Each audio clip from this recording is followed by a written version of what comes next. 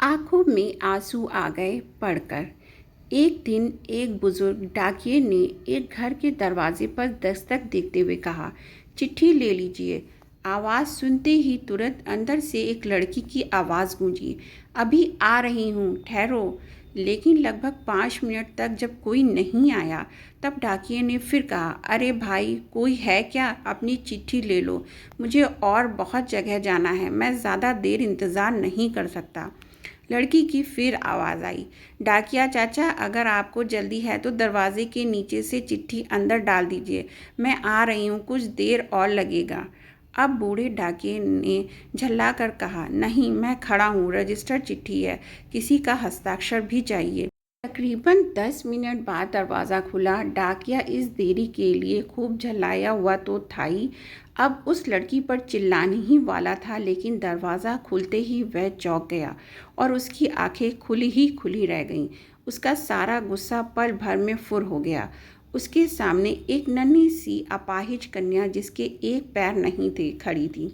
लड़की ने बेहद मासूमियत से डाकिये की तरफ अपना हाथ बढ़ाया और कहा, दो मेरी चिट्ठी। डाकिया चुपचाप डाक देकर और उसके हस्ताक्षर लेकर वहाँ से चला गया।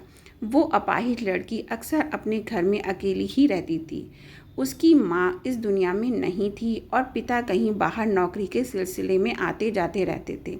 उस लड़की की देखभाल के लिए एक कामवाली बाई सुबह शाम उसके साथ घर में रहती थी, लेकिन परिस्थितिवश दिन के समय वह अपने घर में बिल्कुल अकेली ही रहती थी। समय निकलता गया। महीने 2 महीने में जब कभी उस लड़की के लिए कोई डाक आती, डाकिया एक आवाज़ देता और जब तक वह लड़की दरवाजे तक न आती, तब तक इंतज़ार में डाकिया दरवाजे पर खड़ा रहता। धीरे धीरे दिनों के बीच मेलजोल हो, भावनात्मक लगाव बढ़ता गया। एक दिन उस लड़की ने बहुत गौर से डाकिये को देखा तो उसने पाया कि डाकिये के पैर में जूते नहीं हैं। वह हमेशा नंगे पैर ही डाक देने आता था। बरसात का मौसम आया। फिर एक दिन जब डाकिया डाक देकर चला गया, तब उस लड़की ने जहाँ गीली मिट्टी में डाकियों के पाँव के निशान बने थे, उन पर कागज़ रखकर उन पाँवों का चित्र उतार लिया।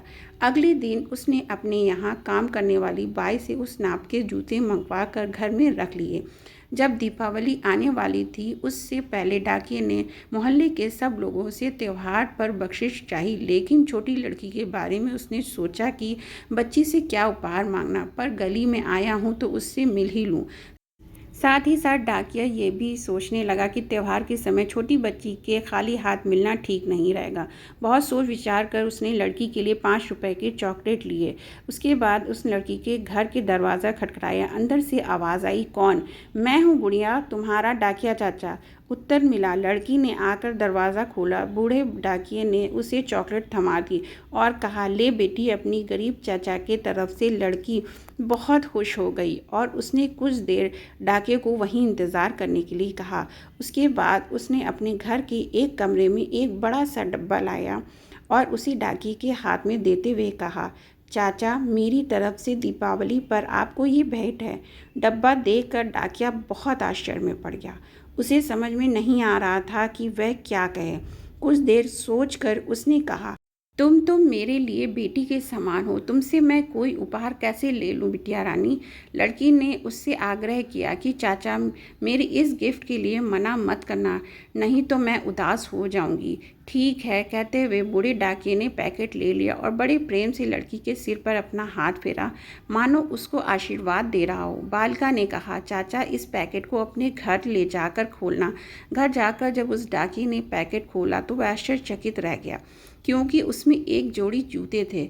उसकी आंखें डबडबा गईं। डाकिये को यकीन नहीं हो रहा था कि एक छोटी सी लड़की उसके लिए इतना फिक्रमंद हो सकती है। अगले दिन डाकिया अपने डाकघर पहुंचा और उसने पोस्ट मास्टर से फरियाद की कि उसका तबादला फ़ौरन दूसरे इलाके में कर दिया जाए। पोस्ट मास्टर ने जब उसका कारण पूछा तो डाकिये ने वह जूते टेबल पर रखते हुए सारी कहानी सुनाई और भीगी आँखों और उन्हें गले से कहा, सर, आज के बाद मैं उस गली में नहीं जा सकूंगा। उस छोटी अपाहिज बच्ची ने मेरे नंगे पाँव को तो जूते दे दिए, पर मैं उसे पाँव कैसे दे पाऊंगा। इतना कहकर डाकिया फुट फुट कर रोने लगा।